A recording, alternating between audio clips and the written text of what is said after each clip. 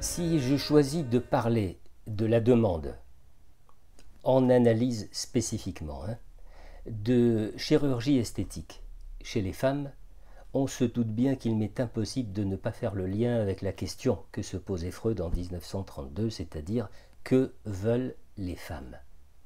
Et la relation entre la question que se posait le père de la psychanalyse et le sujet si contemporain et si exponentiellement présent de la demande de chirurgie esthétique chez les femmes, eh bien cette relation pourrait être que veulent les femmes à travers cette demande-là.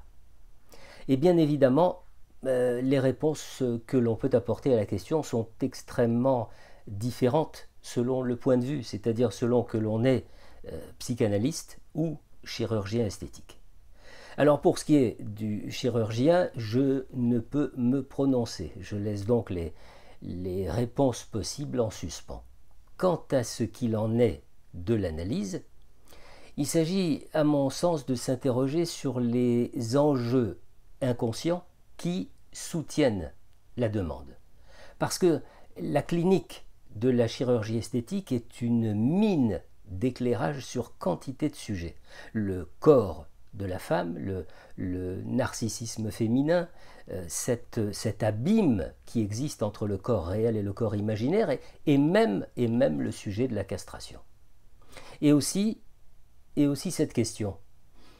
Les femmes en obtiennent évidemment quelque chose de la transformation via la chirurgie esthétique. Mais ce qu'elles en obtiennent, est-ce que c'est vraiment ce qu'elles désirent? Et d'abord un préalable.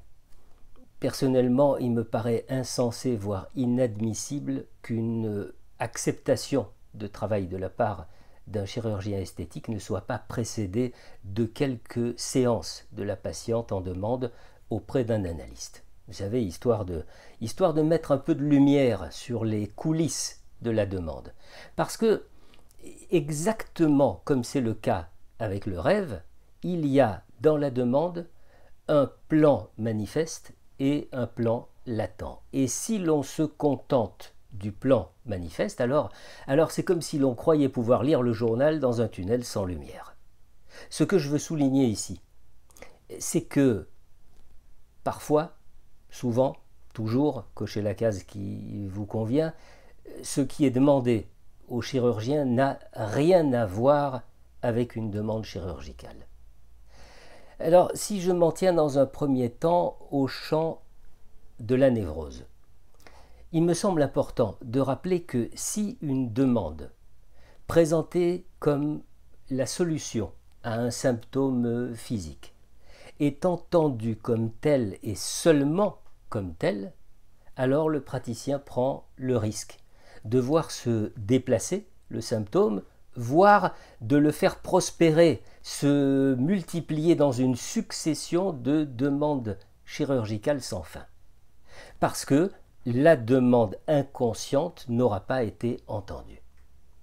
En effet, ce qui est singulier dans le discours latent, dans ce que dit la patiente, ou plutôt derrière ce qu'elle dit, doit être accueilli comme un message. Alors, un message évidemment obscur qui reste à déchiffrer, à traduire, à interpréter.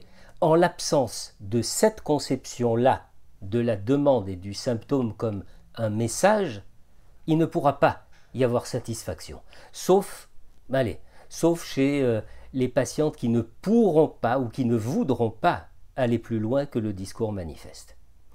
Et on peut se dire que pour celle-ci, l'acte chirurgical aura certainement une valeur thérapeutique.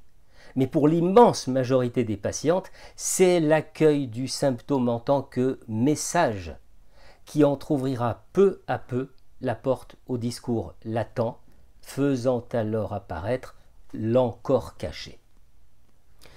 Bon, je ne voudrais pas que mes propos évoque pour certains, vous savez, la psychanalyse de comptoir, qui voudrait que si une patiente demande à un chirurgien de lui faire un nouveau-né, ça implique qu'elle a un désir insatisfait d'enfant.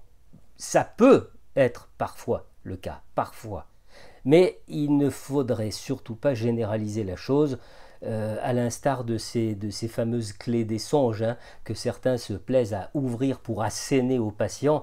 une traduction de son rêve qui n'appartient qu'à eux. Bon, ce que je viens de dire, ce que je viens d'évoquer à propos de la façon d'accueillir le message, c'est quelque chose qui est propre au champ des névroses. Et on peut se demander, qu'en est-il du champ des psychoses? Alors, juste un mot à ce propos, ou plutôt juste une question, peut-être un peu bousculante.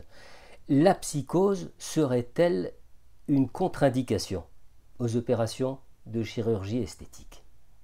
Parce que dans ce cas, ce serait principalement parce que si la demande est délirante, eh bien la réponse chirurgicale va confirmer et risque d'entretenir le délire. Je pense notamment aux paranoïaques, je pense aux personnes qui souffrent de dépersonnalisation et bien évidemment à celles qui souffrent de dysmorphophobie.